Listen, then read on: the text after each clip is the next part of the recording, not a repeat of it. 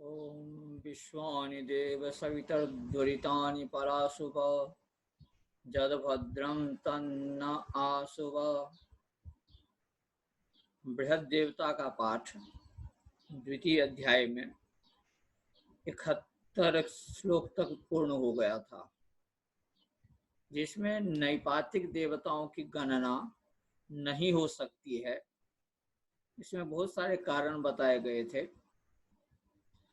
जो विशेषण के आधार पर देवताओं की चर्चा की गई है, कर्म के आधार पर देवताओं की चर्चा की गई है। अगर हम नैपातिक देवताओं की गणना करेंगे तो अब बहुत बड़ी संख्या हो जाएगी और उससे व्यवस्था बिगड़ जाएगी। इसलिए हम नैपातिक देवताओं की गणना नहीं करेंगे। नैपातिक देवता अर्थात अप्रधान देवता, और जो प्रमुख देवता प्रधान देवता हैं, हम उसकी ही चर्चा करेंगे। आज का जो पाठ है उसमें कहते हैं वाच। इनके 3 रूप हैं, त्रिविध वाच, पार्थिव और मध्यम रूप। कहते हैं त्रिविध वाच। पार्थिवी मध्यमा दिव्या बागपि त्रिविधा तु या तस्याः सूक्तानि नामानि यथास्थानं निबोधत। कर रहे हैं जो पार्थिवी बाग के 3 भेद कर रहे हैं। पृथ्वी संबंधी, अंतरिक्ष संबंधी और दिव्य अर्थात द्युलोक संबंधी वाक। त्रिविधा स्थानत्रय भेदेन सा वाक त्रिधा विभक्ता वर्तते। पार्थिवी मध्यमा दिव्या च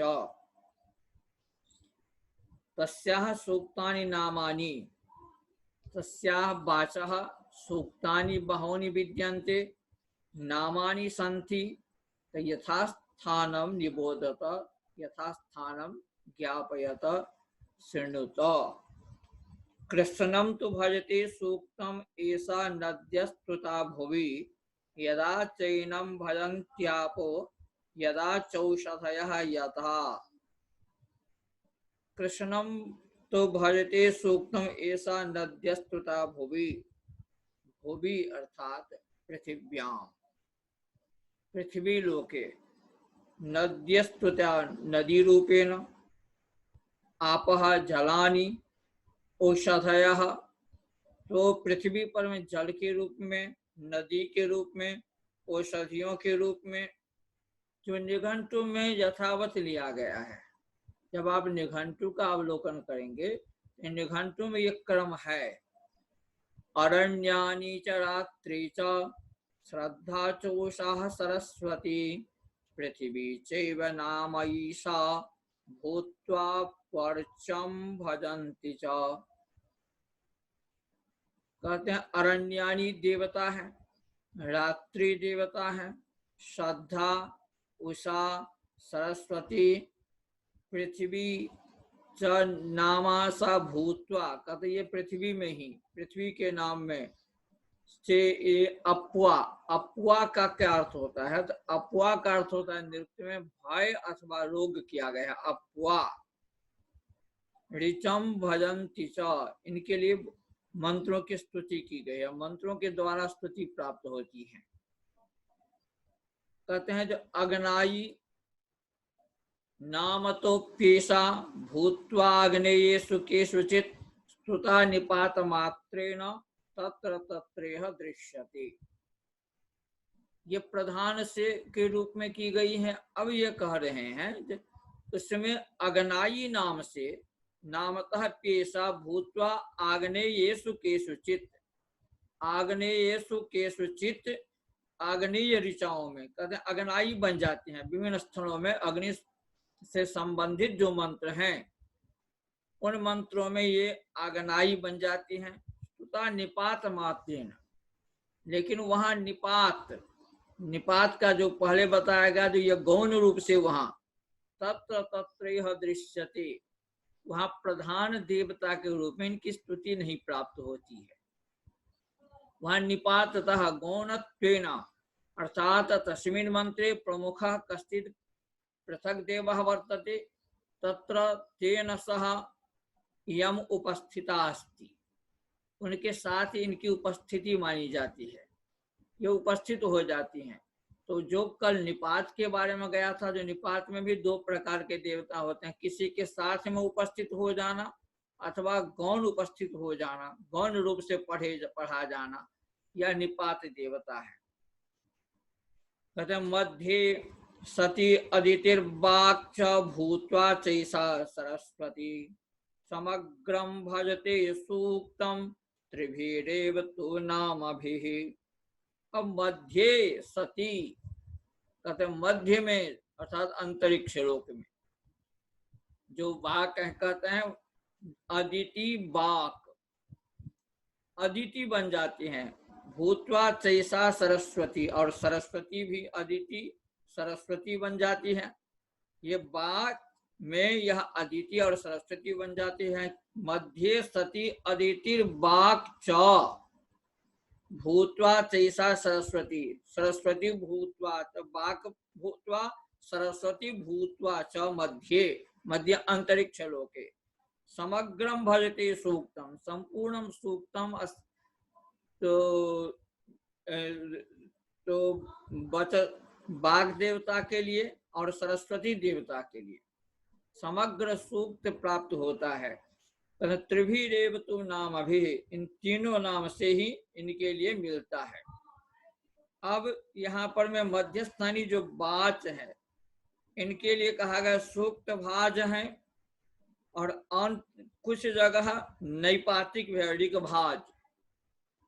तो पहले भी बताया जा चुका है, कुछ सूक्त भाग देवता हैं जिनके लिए सूक्तों का पाठ किया गया है, कुछ ऋक भाग हैं जो केवल मंत्र, कुछ मंत्र प्राप्त होते हैं, तो कुछ नैपातिक देवता हैं। ये कहते हैं भूत्वा वाक् च भूत्वा शेषा चैषा सरस्वती समग्रम भजते। कहते ये सूक्तों की भागी, संपूर्ण सूक्तों की भागी बनती हैं, इनके लिए संपूर्ण सूक्त पढ़े गए हैं। अब जो अदिति है वह अदिति क्या है? कल भी बताया था, अदिति अदीना देव माता, अदिति अदीना देव माता, अदीना अर्थात अनवखंडिता, समग्र रूप में जो व्यवस्थित हो, इसी को कहता है। जब आप निरुक्त को देखेंगे तो निरुक्तकार कहते हैं तासाम अदिति प्रथम गामिनी भवति।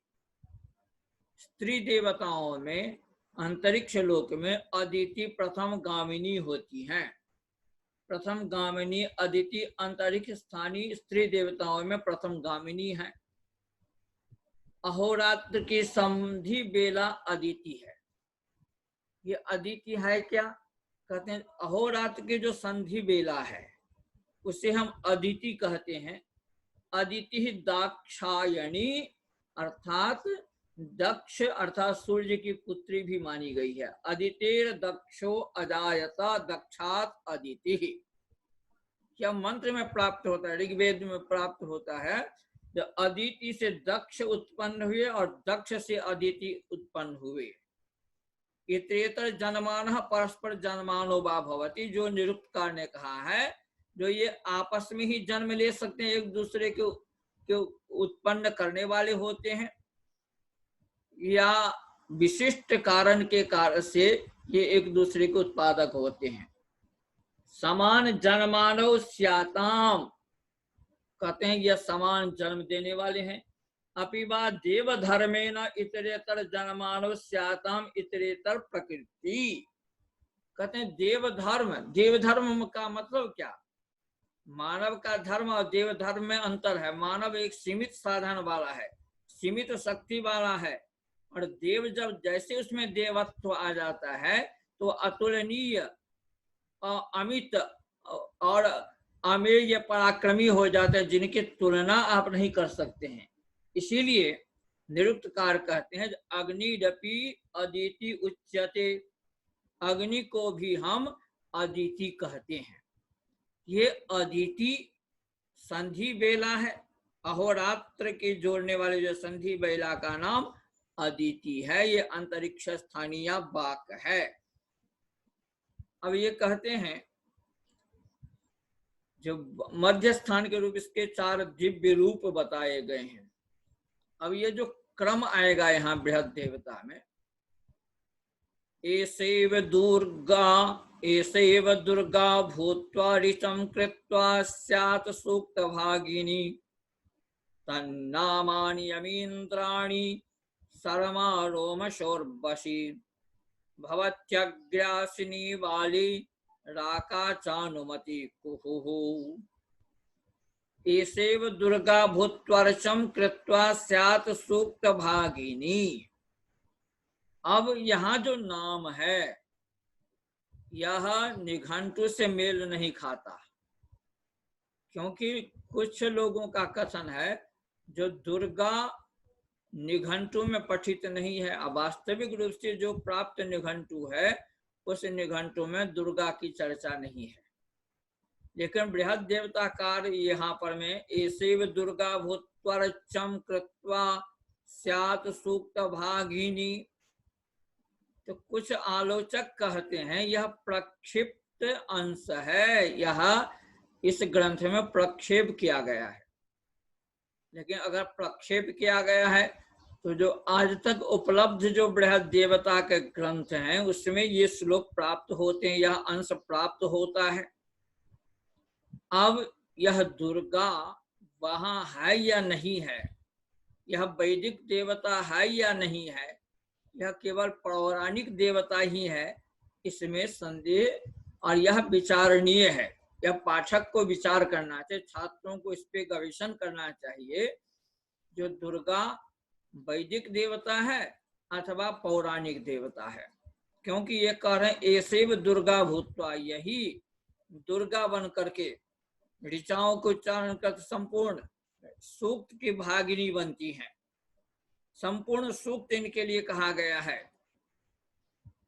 तन्नामानि कहते हैं, और इनके नाम अन्य जो नाम है इन यमी, इंद्राणी, शर्मा, रोमसा और बसे, अग्नि वाली, राका, अनुमति और कुहू, ये इनके नाम हैं। अब ये शर्मा जो है, शर्मा और पनि संवाद ऋग्वेद में बड़ा प्रसिद्ध संवाद है, शर्मा पनि संवाद। ये क्या है तो शर्मा सरगत्यर्थक धातु है, उससे शर्मा बनी है। इसमें 2 मत है, नैरुक्तकार का मत और पौराणिकों का मत। तो पौराणिक जो मत है, तो निरुक्त में आप देखेंगे जब व्याख्या करते हैं यास्क तो पौराणिक मत को भी लेते हैं और निरुक्तकार का जो अपना मत है उससे भी लेते हैं। इसका मतलब पुराण का भी मत कहीं न कहीं विचारणीय होता है। ये कहते हैं पौराणिकों के अनुसार देव सुनी शर्मा कहलाती हैं। ये देव सुनी का तात्पर्य सुनी माने कुतिया। ये प्रसिद्ध आख्यायिका है ऋग्वेद में। जब देवताओं की गाय को असुरों ने पनियों ने चुरा लिया, गाय चोरी प्राचीन काल से हो रही है, तो गायों को झुंड को चुरा लिया और चुरा करके किसी पर्वत के उपत्यका में जाकर गिरी गह्वर में जाकर के कहीं छुपा दिया। अब गायें नहीं मिल रही हैं तो देवताओं ने कुतिया को, जिसका नाम शर्मा है, जो अत्यंत गतिवती हैं, गतिमती हैं, शर्मा को भेजा जो आप पता लगाओ ये कहाँ पर में है, ये गायें कहाँ छुपी पड़ी हैं, कहाँ पर छुपाया गया है। तो जब ये शर्मा वहां पहुंचती हैं तो पनि से इसका संवाद होता है और पनि प्रलोभन देता है बहुत तरह का, जो तुम्हें देवता क्या देंगे, क्योंकि शर्मा ने पता लगा लिया कि पर्वत के एक भाग में, एक गह्वर में, एक कोने में इसको छुपा करके रखा गया है। तो जब पनि को इसे पता चला तो पनि लोग आकर के इसे संवाद करते हैं और प्रलोभन देते हैं तो तुमको मिलेगा क्या? देवता तो कुछ नहीं देंगे, मैं तुम्हें बहुत बड़ा अंश दूंगा, तुमको इसमें बहुत बड़ी सहभागी बनाऊंगा। ये चर्चा है, इसमें शर्मा है। ये निरुक्तकार के अनुसार जो एक कहते हैं निरुक्त अकाल पड़ने पर में बहुत दिन के बाद जब अकाल पड़ते हैं तो अकाल से लगभग भारतवर्षीय परिचित होंगे, नई पीढ़ी भी परिचित होगी, पुराने लोग ज्यादा परिचित थे। वर्षों का अकाल होता था, आकाश में मेघ नहीं, बादल नहीं, जमीन में कहीं भी पेड़ पौधे नहीं, पत्तियां नहीं, सब सूखे सूखे बंजर भूमि, जीवन बड़ा क्लेशमय कष्टकारी हो जाता था। अब ऐसे में बहुत दिनों के बाद में अकाल के बाद एक बार मेघ घने घने बादल छा गए और उसमें गर्जना हुई जोरों की। तो जब गर्जना हुई तो देवताओं ने कहा ये क्या, तो उससे पूछा तो क्या चाहती हुई तुम प्रकट हुई हो? यह माध्यमिक वाक है शर्मा। कहते हैं ये शर्मा ये माध्यमिक वाक है। और उसे कहा गया आप क्या चाहते हो, आप किस खुशी में इतनी आवाज कर रहे हो? वह शर्मा, तो वह जो शर्मा है उन्होंने क्या किया, तो माध्यमिक वाक को शर्मा कहा गया निरुक्तकार के मत से। तो कहते हैं शर्मा, रोमसा, उर्वशी, यह भी माध्यमिक वाक है, रोमसा भी माध्यमिक वाक है। सिनी वाली, राका, अनुमति और कुहू। तो जो वेद के विद्यार्थी हैं या जो नेट की तैयारी करते हैं उनको ये चार नाम पर में नेट में अवश्य रूप से परीक्षाओं में और आरपीएससी में भी एक दो क्वेश्चन इसमें से आता है। यह सामान्य वेद का प्रश्न बन जाता है। जो है सिनी वाली क्या है, राका क्या है, अनुमति क्या है और कुहू क्या है। तो आपकी जानकारी के स्पष्ट कर देता हूं और इसे ध्यान से समझिए। अनुमति राकेति देव पत्नियों इति नैरुक्ताः। कहते हैं निरुक्तकार के मत से अनुमति और राका, कहते हैं ये अनुमति राकेति देव पत्नियों इति नैरुक्ता, ये देव पत्नियां हैं। पौर्णमास्यो इति जाज्ञिका, कहते पौर्णमास्यो ये पूर्णिमा है, ये दोनों पूर्णिमा है। जा पूर्वा पौर्णमासी सा अनुमति, कहते हैं जो पूर्व की पूर्णमासी होती है वह अनुमति कहलाती है। जो उत्तरा या उत्तरा सा राकेति विज्ञायते, मन उत्तरा जो पूर्णमासी है, मन दो प्रकार के पूर्णमासी कहा गया। अब इसको समझने के लिए चतुर्दशी तिथि का अंतिम मान 8वां प्रहर, कहते चतुर्दशी तिथि का अंतिम 8वां प्रहर और पौर्णमासी का 8वां प्रहर।